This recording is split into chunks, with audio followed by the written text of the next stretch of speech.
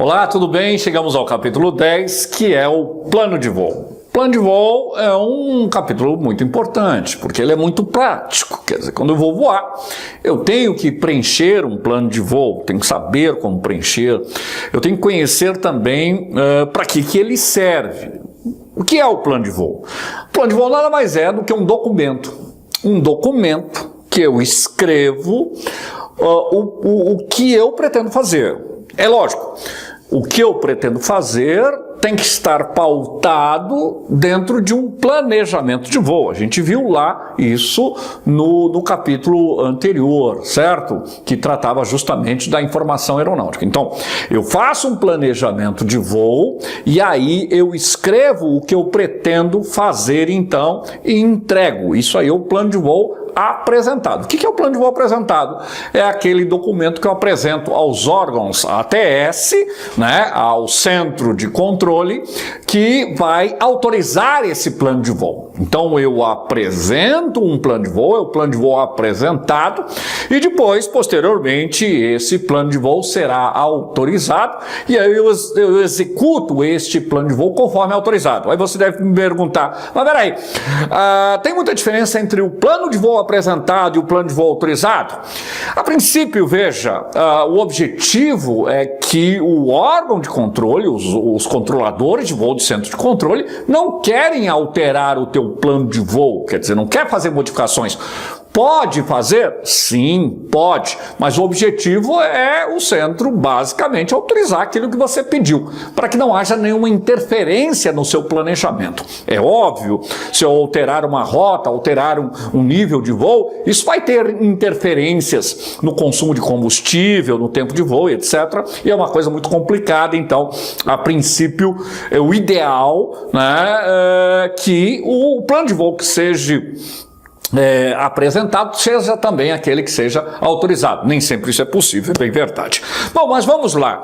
Então, existem três tipos de plano de voo. Existe o chamado plano de voo completo, o plano de voo simplificado e o plano de voo repetitivo, tá certo? Vamos começar pelo plano de voo completo. O plano de voo completo é um formulário, você deve estar vendo aí na sua tela, isso está lá na figura 10.3, né? Tá lá o plano de voo. Esse formulário que você observa aí é o formulário do plano de voo completo. Este formulário ele é padrão no mundo todo, porque ele é ICAO, né? Então no mundo inteiro tem esse mesmo formato, etc. Então qualquer lugar do mundo que se for preencher um plano de voo, é este plano de voo aí que nós temos no Brasil. Você fala, mas nos Estados Unidos eles usam lá um plano de voo diferente, nem tem essa cor amarela aí, é diferente, é menorzinho. É verdade, é verdade. Mas acontece o seguinte, lá nos Estados Unidos, no FAA, né, eles têm realmente um plano de voo doméstico lá um pouco diferente. Porém, quando se trata de voo internacional, é este plano de voo aí, exatamente igualzinho o nosso. No Brasil, nós utilizamos esse plano de voo completo para voos VFR que aconteçam em rota e para qualquer voo IFR. O voo IFR em rota ou ainda o voo IFR, que também seja de caráter local, não importa, voo IFR tem que preencher plano de voo completo. E o plano de voo VFR só preenche plano completo quando ele for em rota. Bom, o voo VFR, quando ele não é em rota, ou seja, ele tem o caráter local, seja diurno ou noturno, ou tal falado, que a gente já falou, do plano de voo VFR especial, aí preenche esse outro formulário que você deve estar vendo aí na tela.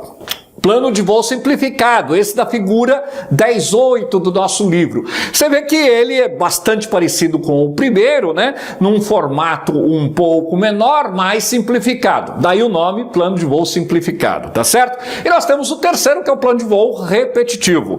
Como o próprio nome diz, aqueles voos comerciais que têm características iguais, por exemplo, um voo da ponte aérea, um voo regular para Curitiba, para Brasília, enfim.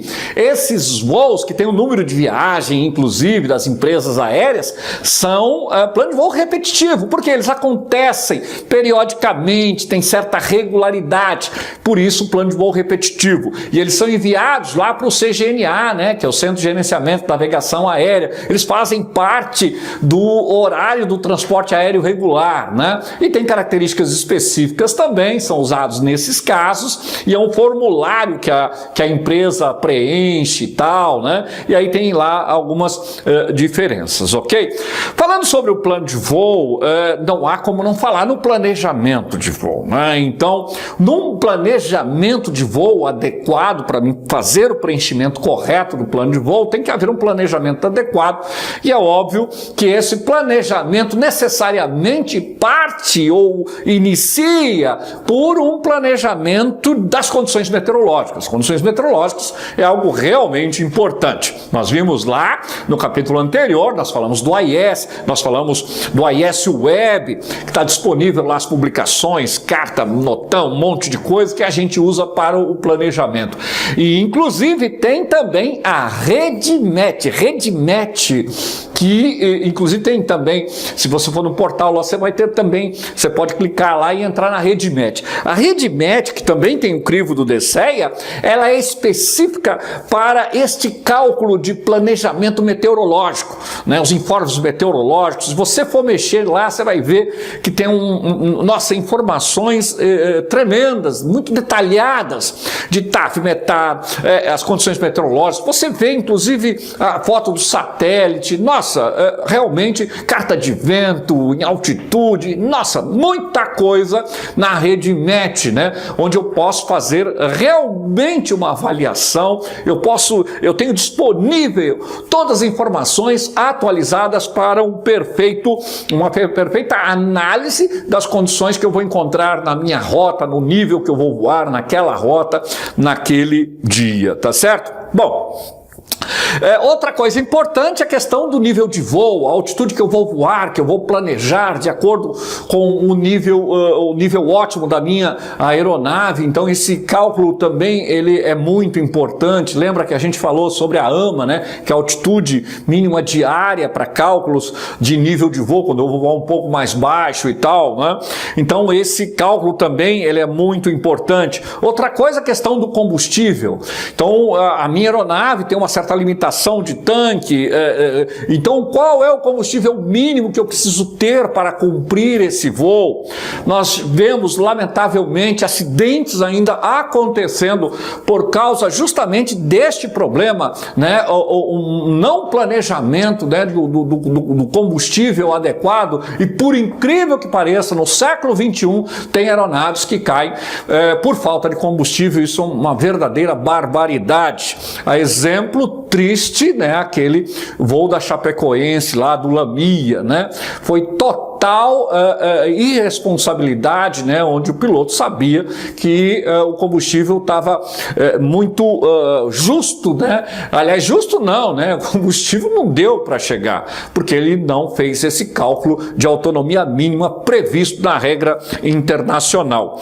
O planejamento alternativo, quer dizer, aquele plano B. Planejamento alternativo é uma coisa muito importante, não só do aeródromo alternativo, que tem que incluir e tal, a rota alternativa, mas para eventuais problemas, alguns aeródromos na rota que seria possível, em caso de emergência, ou pousar, quer dizer, isso tem que estar presente. Outra coisa é equipamentos, capacidades para voar numa rota. Eu tenho os equipamentos adequados para voar naquela rota. Nós temos rotas convencionais que trabalham com auxílios rádios, outras rotas que dependem da navegação por satélite, GNSS, quer dizer, a minha aeronave é homologada para isso, eu tenho condições de fazer isso, quer dizer, tudo isso é realmente muito importante.